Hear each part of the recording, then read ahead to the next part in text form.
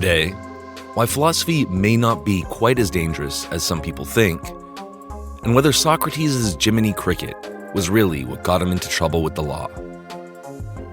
This is Good in Theory. I'm Cliff Mark.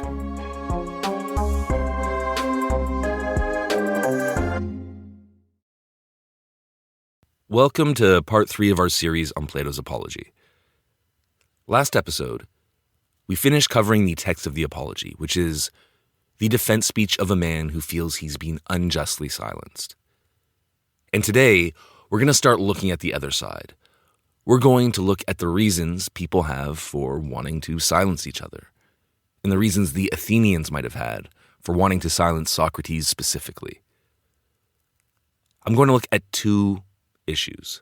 One is the idea that Socrates was just impious, that what he was saying was an affront to Athenian religion, and that outraged people, and that's why he was being punished.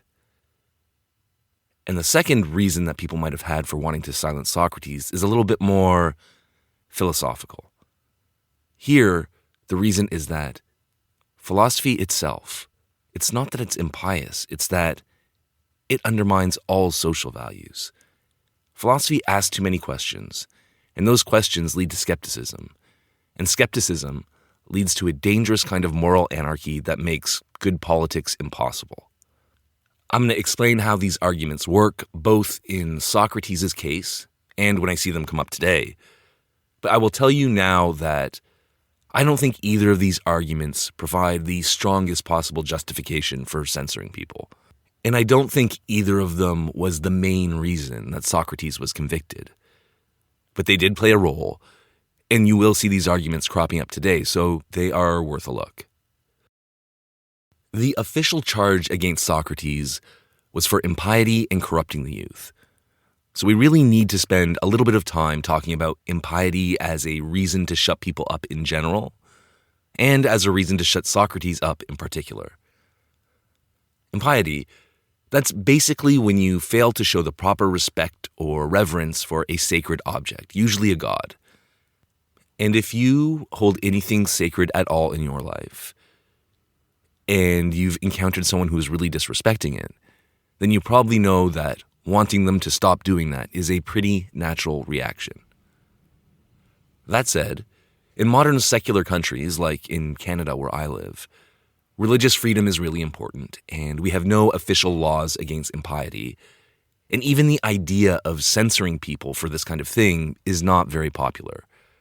So when I say that Socrates was executed for impiety, that can make Athens sound like an old-fashioned, intolerant, religiously fanatical kind of place. And some people might even think that we, modern secular people, have gotten past getting mad about this kind of thing. Well, I don't think we completely have. Even if a lot of countries don't have official impiety laws on the books, I think that the angry feeling that people get when their sense of what's sacred is violated, I think that's very much alive. If you say something really nasty about Christianity or Islam or Judaism or whatever, there's a very good chance that some group of people is going to be offended. They may not want to execute you over it, but you shouldn't be surprised if they were upset and they want you to stop, because this is a normal response to the violation of something that's sacred.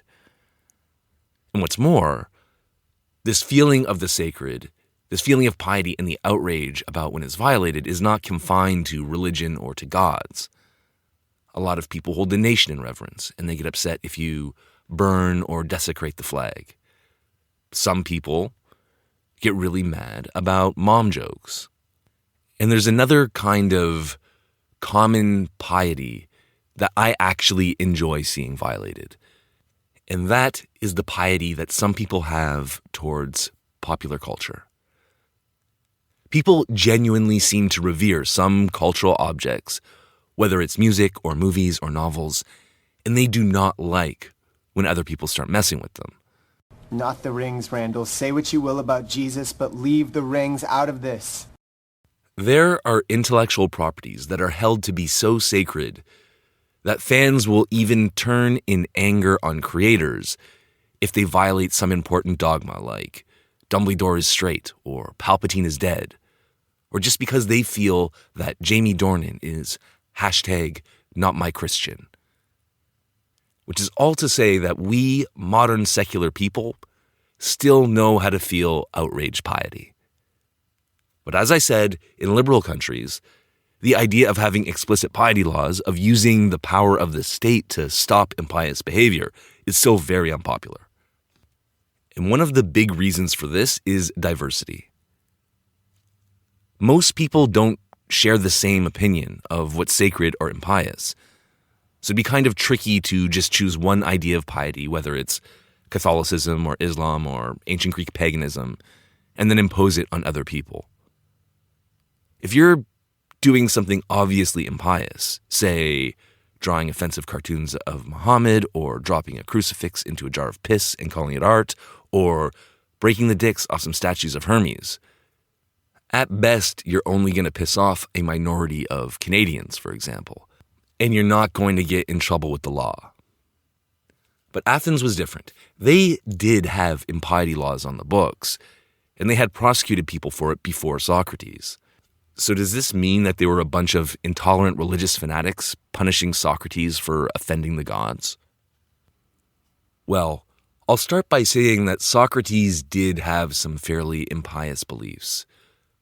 There's been a lot of scholarship on whether there's any substance to this charge of impiety, and Socrates had certain beliefs that a lot of scholars point to as being ones that would be in violation of Athenian religion, and probably the things that Mellitus was talking about when he accused him of impiety. For example, Socrates had this kind of Jiminy Cricket voice in his head that would talk to him and stop him from doing bad things. He called this his daimon, Daemon. And that is probably, scholars think, what Mellitus was talking about when he accused Socrates of introducing new spiritual things into Athens. And another one of his irreligious beliefs, which I find kind of funny, is that Socrates, he made certain general assumptions about the gods.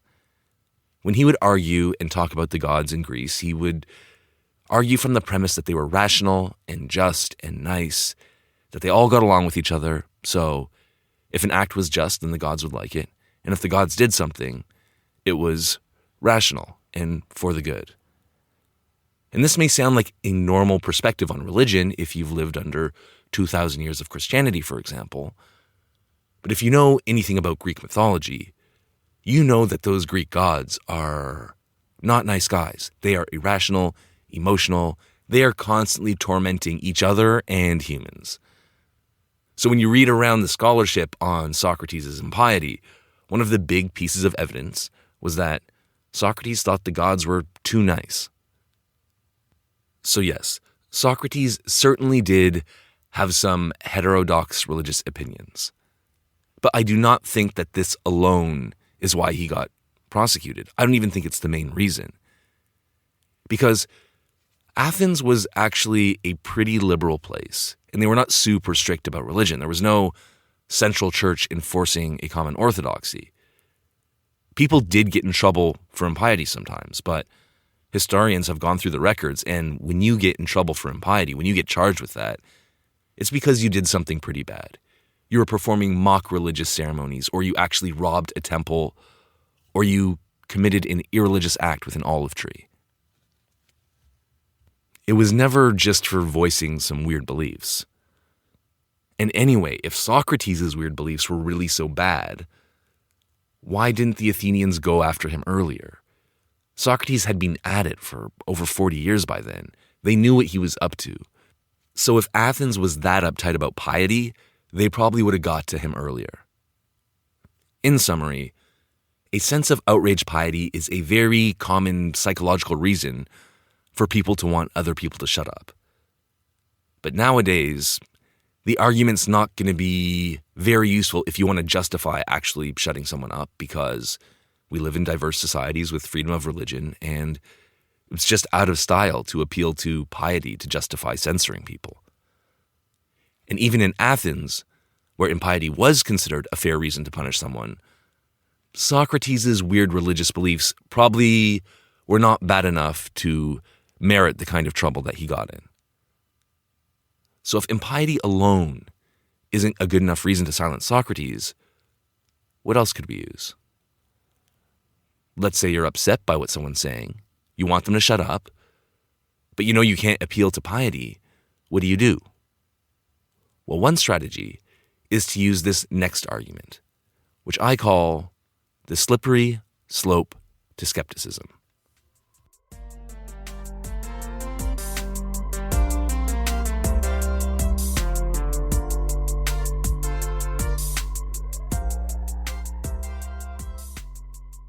The next argument that I want to consider is a kind of secular rethinking of the argument from impiety.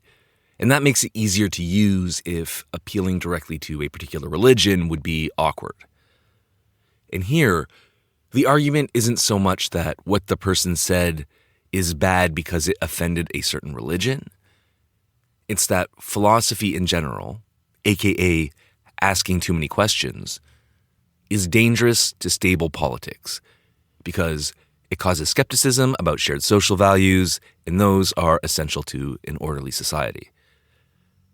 So let's start with the premise that all societies need to share some kind of basic values and principles. There needs to be some kind of moral consensus that tells people how to treat each other. It doesn't need to be tied to any particular religion. It may be, but it doesn't have to be. People just need to agree on the basics of what's good and bad and how we're supposed to treat each other. And the problem with philosophy is that it questions these things. It shows our rational weaknesses and it weakens our belief in them. And it's a slippery slope because even if philosophy starts out by just questioning a few things, soon it winds up questioning everything. That's just what it does. And all this leads to breaking down some of our beliefs, and that leads to relativism, and that leads to jazz music and dogs and cats living together, and eventually total moral anarchy. Because if we don't share values, if we don't share some ethical principles, then we have nothing to appeal to control each other's behavior. The only levers we have over each other are bribes and threats. So we need to control philosophy before it turns us all into the nihilists from Lebowski. And to show how this argument might work in practice, I've just imagined a made-up Athenian citizen, who I name Popsicles, and I've made up a speech that he might use to convince his fellow Athenians why Socrates needs to be stopped. I'm not quoting any text here. I'm not citing any historical facts. This is just to help to show how the argument might sound from someone who believed in it. And to give you a short break from my voice, actor and friend of the pod, Zachary Amsleg, is going to do the speech for you.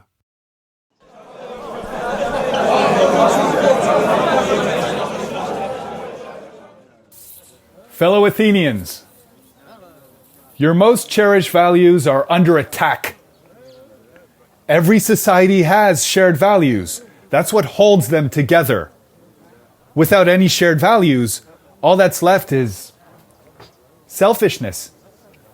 Now, I'm not saying we have to agree on every little detail, but we need to share some basic fundamentals. Everyone's got to know that it's wrong to kill, to lie, or to wear clothes to the gym. Otherwise, it's just a war of all against all. And how do we get those values?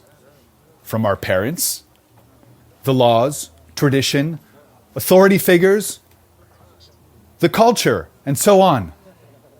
It's the job of the entire city to instill these values in every citizen. The one place we do not get these values from is philosophy, because all philosophy does is criticize. It nitpicks and questions and breaks down our beliefs and doesn't leave anything in their place.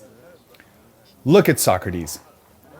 This is a man who criticizes every basic assumption, every convention, every principle that we've got. He's the ultimate contrarian. He doesn't even trust the moral authorities that we're supposed to look to for guidance. The poets, politicians, priests, parents.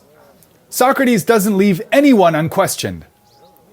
This is a man who, if you tell him it's wrong to kill your dad and sleep with your sister, he'll ask you why it's wrong, and then he'll argue the other side. He'll question you till you don't have any more answers. He can't help it. This is what philosophy does.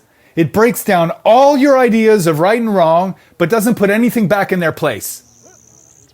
You know how I know? Look at Socrates. He's the best philosopher we've got, and he spent his whole life thinking about ethics. And what did he come up with? Nothing. Literally, the only thing he's sure of is that he knows nothing. Is this the type of person you want mentoring your children? We've spent a long time instilling these values of Athenian society into our kids, and Socrates is pulling it apart. You can already see it happening. You've heard your sons and other young men imitating Socrates, spouting his dangerous ideas and mouthing off to the people they should be respecting. How far can we go down this road? What happens when our kids don't believe in anything anymore? Now, Socrates may look like a cute old man to you, but he's actually tearing a gaping hole into the moral fabric of society, and it's all going to unravel. We need to stop Socrates to save Athenian values.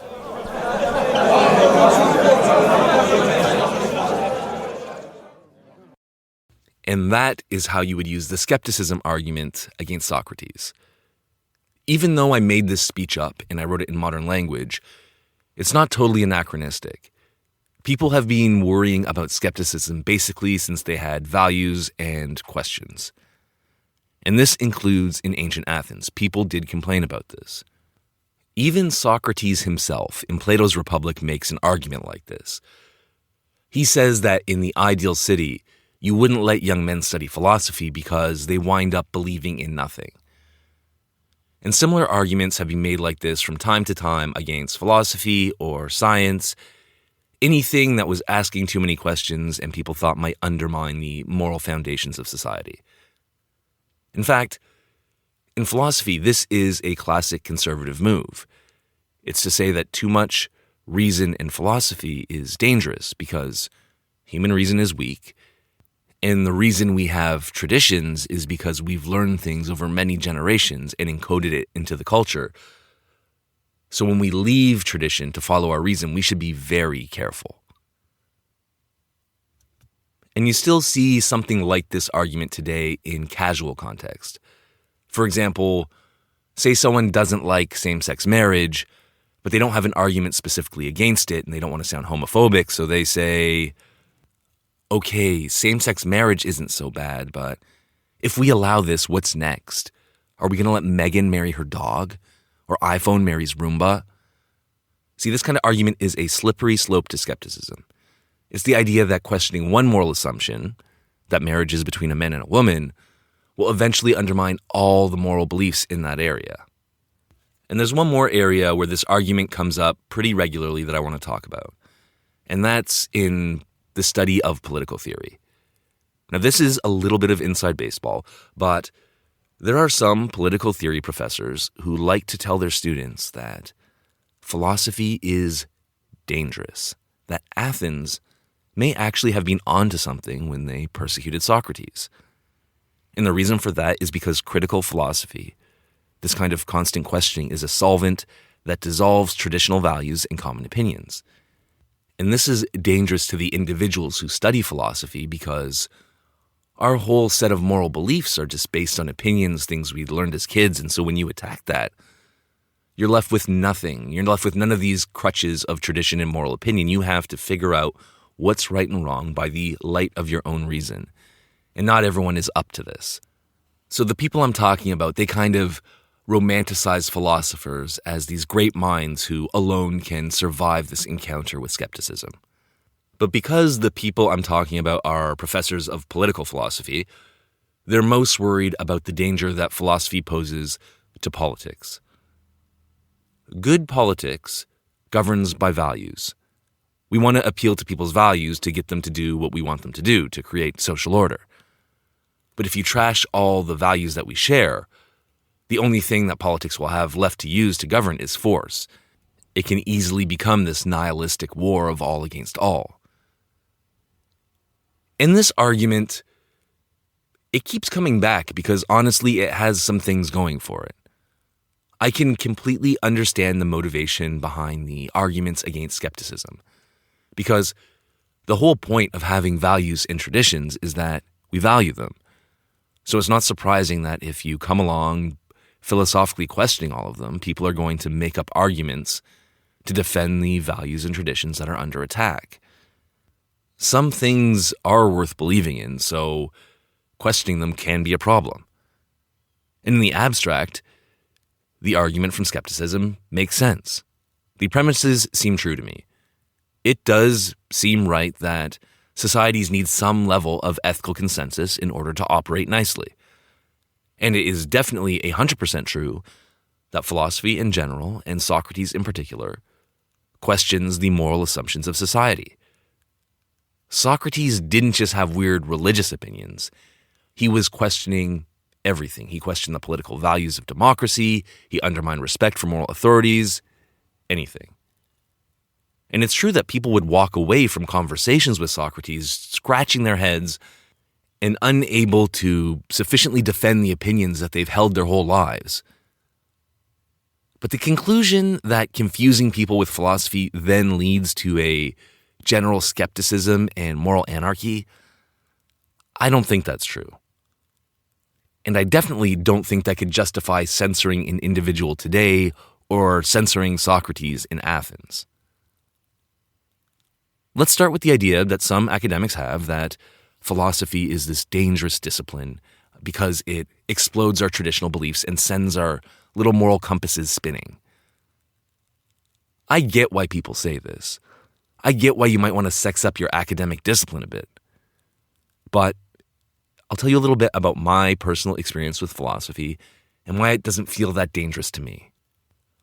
I've been in a lot of philosophy and political theory classes, and in my experience, you can spend pretty much all day questioning the most fundamental moral assumptions of society without ever making society noticeably less stable, and usually still finishing by acting according to all the beliefs you had before you started questioning them. I don't know if you have ever been in a university ethics class, but I have. I've taught them, and I'll tell you that ethics professors the world over are doing just what Socrates did. They're questioning and attacking the fundamental moral beliefs that students have, right down to something basic like the idea that it's wrong to kill someone.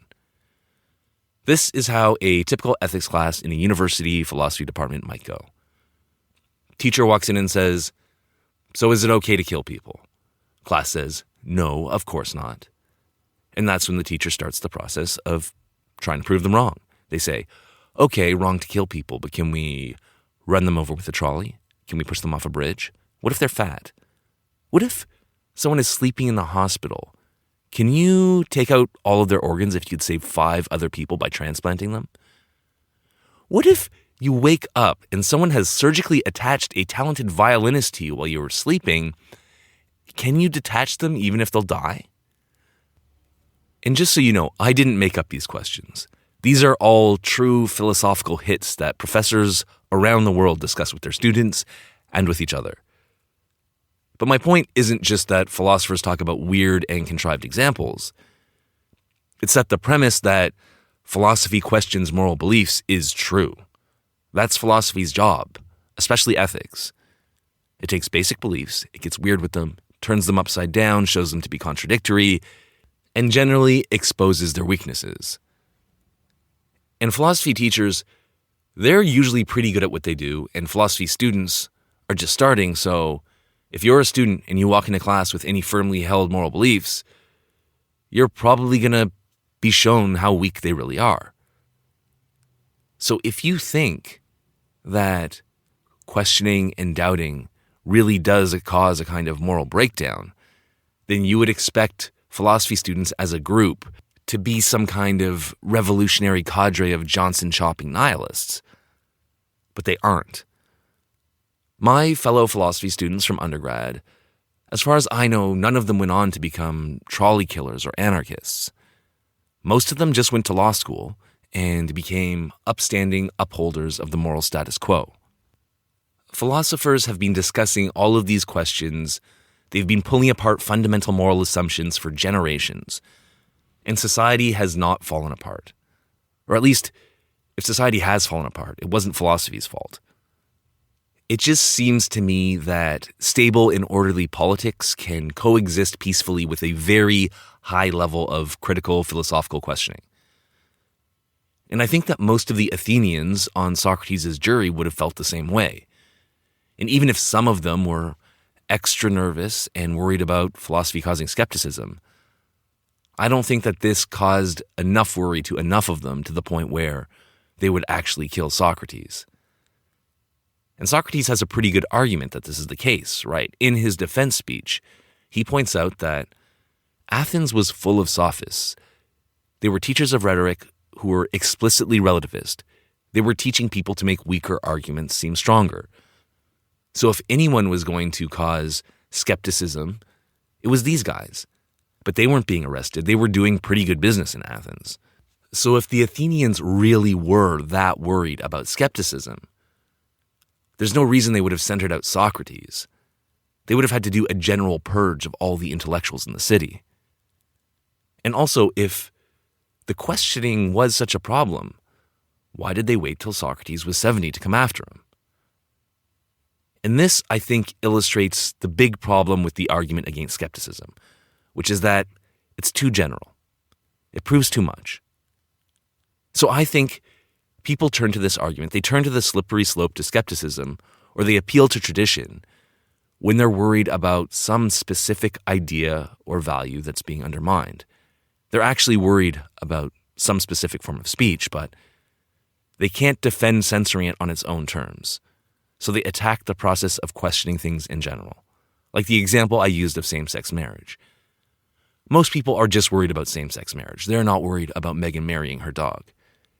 But they don't have an argument against it, so they use the appeal to skepticism. But if your argument is just that questioning will destroy society, this proves way too much. The argument is too general. When you want to shut someone up, you want to shut up a specific person or a group of people, or you want to censor a set of arguments or propositions. Nobody really wants to shut down questions in general. But if your argument is just that philosophy ruins society, then you can't just take out Socrates. You got to take out all the sophists and other philosophers as well. And if you try using that argument today, and people do try to use this argument today, but if you use it today and you follow it to the obvious conclusion, you have to put a stop to way more speech than most people would seriously contemplate. So if you want to justify silencing a specific person or a specific set of topics, you want to find an argument that's precise enough to separate the bad stuff that you hate from the other stuff that you want to keep. That means if you're an Athenian and you want to stop Socrates, you don't need a general argument against philosophy. You'd be much better off with an argument about why Socrates specifically, not every sophist, needs to be stopped now in 399 BCE.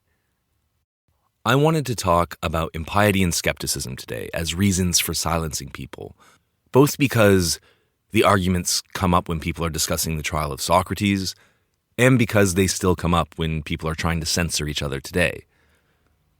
Still, I don't think they're the most common or the most powerful arguments for silencing people.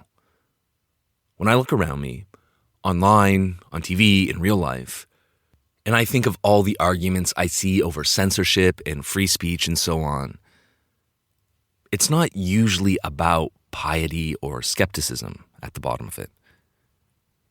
In my experience, it's usually about, in some broad sense of the word, politics.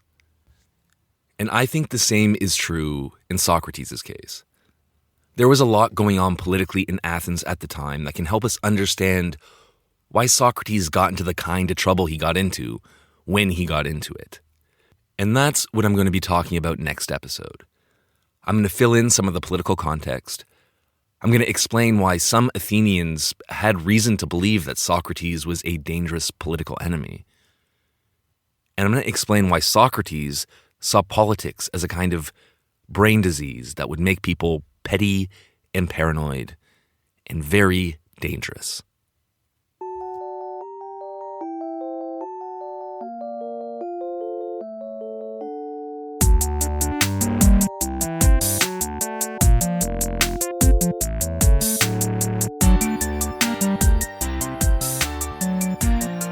thanks to Clayton Tapp and David Zikovitz for music, Marika Bouchier for pod art, and to Sepida for general pod-based assistance. Also, thank you to special guest Zachary Amsleg for being a great popsicles. And I'd also like to give a special shout out to our first Patreon sponsor. Elliot Chambers, thank you for your donation. And to everyone else, thank you for listening. If you enjoyed the pod, please tell someone about it. I've already told everyone that I know, and like COVID-19, this podcast will be nothing without community transmission. So please, help spread it around. And now for our theory fact. I know I dropped a lot of kind of obscure references this time about Palpatine and Piss Christ and olive trees and violinists, and I can't explain them all, but I can't not explain the statues of Hermes. In ancient Athens, they had these statues which were called Herms, and their head was a head of Hermes, and below that it was just a square pillar, except for at the middle, the square pillar had a dick and balls and pubes. And just to get your art history straight, don't picture Michelangelo's David. Picture a raging, upwardly curved banana boner that you could hang a garland from. And the Herms were placed all over Athens, at crossroads, at the entrances to temples and to houses. And the idea was that they were these kind of religious lucky charms that would bless the comings and goings of travelers, and the travelers would anoint the Herms with oil and leave them garlands. And then, one time, in Athens, right before a giant military expedition to Sicily, some person or group of people went around at night vandalizing the Herms. And hearing that someone snuck out at night and broke the dicks off a bunch of public statues, I would not blame you for imagining that it was just a bunch of drunk teenagers in high spirits. But Athens freaked out. This was considered a very serious act of sacrilege, and they generated these theories that they were saboteurs come from their enemy's territory to get them in the gods' bad books before the big fight. They thought it was a bad omen. They set up a massive state investigation for this and for any other act of impiety so they could purge the religious pollution that this caused. The Athenians were so worried about this that they nearly canceled the expedition because they thought it would be cursed. The mutilation of the Herms was one of the big mysteries of Athens, and they were still investigating it and taking testimony 15 years later. And to this day, nobody knows for sure who did it. But after centuries of painstaking research, historians and classicists have come to a cautious consensus that the preponderance of evidence and an analysis of the social customs and mores of the time suggest that probably it was a bunch of drunk teenage boys in high spirits. Thanks for listening.